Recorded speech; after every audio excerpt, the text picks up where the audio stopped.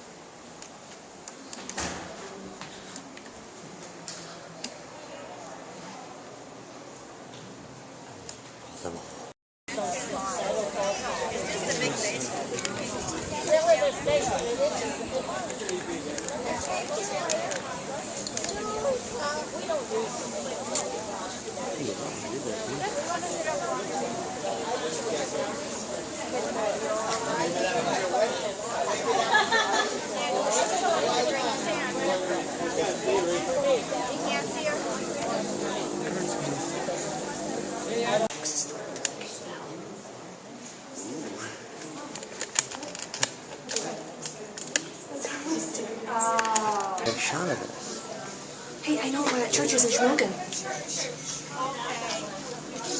When? Trip at Brandon's house.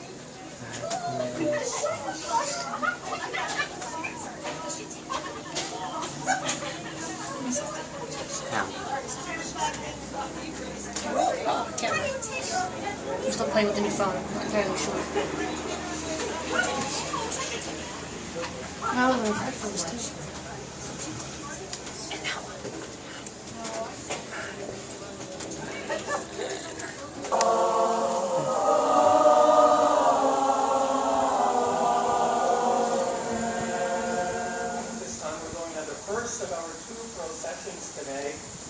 Transfer the holy icon of Our Lady of Pachayu from here in church to our outside chapel, where it will be available for veneration throughout the rest of the afternoon. At 2:30, Father John Zeta will lead us in the recitation of a living rosary. All of you are invited to join and gather there at 2:30. And during the rosary, Father Zeta will offer a reflection as well. Salve Jesus Christ. Now, what we're going to do today, just a little overview of what's going to happen. First of all, I'll give you a little introduction to who I am. Second of all, then, I'm supposed to give a talk, at the end of which we will have a living rosary. Now, what that living rosary means is, over here in the box, there is this big, long, thing, which is really a rosary, okay? That has ribbons on it for the beads. So what we will do is take that out and we will just spread it out for anyone who would like, and then we will be able to do one of the Hail Marys of the rosary as we do that, okay? So after my talk, we'll bring that out and spread it out so that people will have a chance to share in that. And if you can't hear me, just wave, and I'll try to shout a little louder, okay? But it's going to be a little challenge, I think, because of the tones, right? So I am Father John Zeta. And I've known the Hutzpers for a very long time. Our Father Michael and I have been friends, and Mrs. Hutzper here has known me since about 1991. Anyway, I am actually a bi-ritual priest. I'm Roman and Byzantine, faculty and student. I think that way we can still get back, drop the camera. Filled in many different places. I'm now the chaplain at the Carmelite Monastery over in Eliasburg, to the Carmelite nuns. Okay?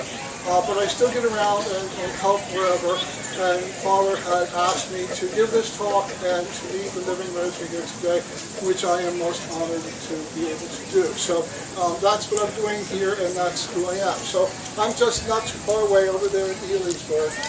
Had been pastor of Divine Redeemer in Mount Carmel for a while, but also had filled in here at this church some years ago when Father Dan Troyan was pastor at St. Peter and Paul in Mount Carmel. So I have been around here in the parish for some time. In fact, I remember celebrating the 100th anniversary of the parish when we celebrated that 2 years ago. So anyway, that's who I am.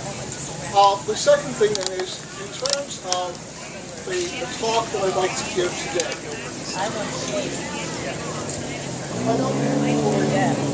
Many of you who have heard me preach before know that I usually do not do notes, but I have a few notes because I want to make sure that I get the dates exactly right.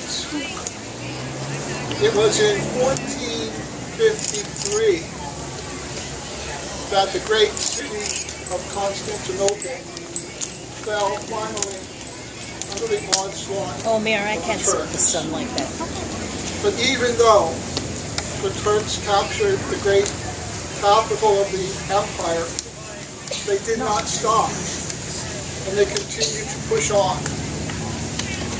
There was another great battle which took place, the Battle of Belgrade, which occurred only a few years later in 1456. There the Christian forces won a great victory. It was July 22nd of that year. But it was interesting because the news of the victory took a little while to reach Rome. This is back on August the 6th that the news of the victory reached Rome, which of course we know is the Feast of the Transfiguration. Up to that point, the Transfiguration was only celebrated in the Eastern Church. It was not celebrated in the West. But in honor of the victory of the Christian forces at Belgrade, the Pope instituted the Feast of the Transfiguration in the West, in thanksgiving to God for that great victory. However, that did not stop the Turks. They continued to push on.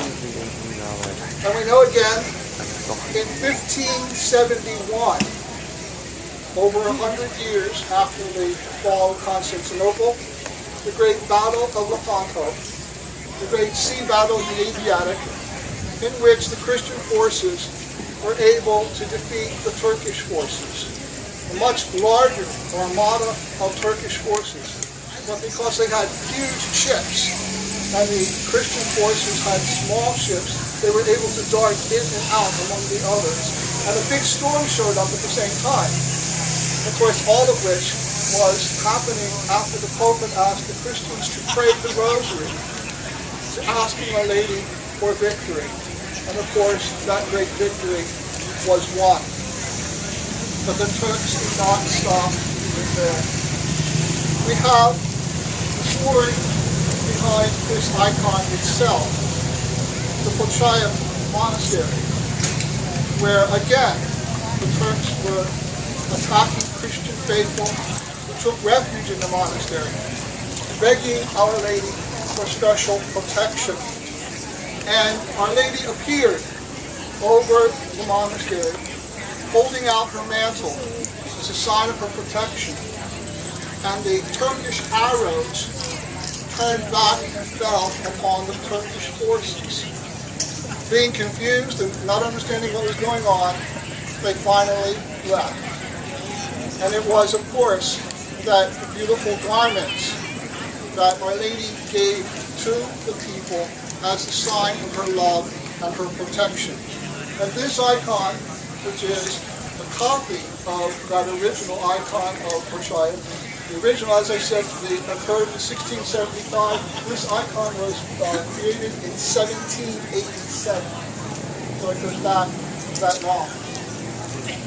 But as we now know, sad to say, the Turks have not yet stopped. Over 500 years later, and the Muslim forces continue to attack. Muslim forces continue to threaten the Christian world. And the sad thing to say is, we seem to be oblivious to the threat. And if we don't take the threat seriously, then how are we ever going to take our defenses seriously? Until maybe it's too late.